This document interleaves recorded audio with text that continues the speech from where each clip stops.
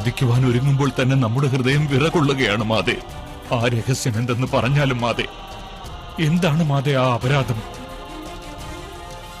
ശിക്ഷ എന്തിനു വേണ്ടിയാണ്? വിവാഹത്തിന് മുൻപ് പ്രവർത്തിച്ച ഒരു അപരാധം.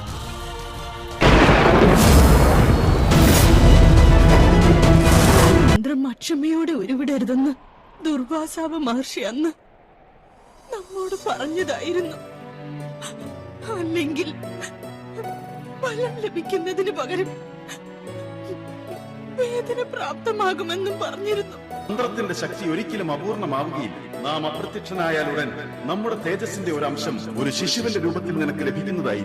നമ്മുടെ പുത്രൻ അജയ്യനായിരിക്കും കുന്തി. സമഗ്ര വിശ്വത്തിലും അവൻ കർണൻ എന്ന നാമത്തിൽ പ്രശസ്തനാകുന്നതാണ്.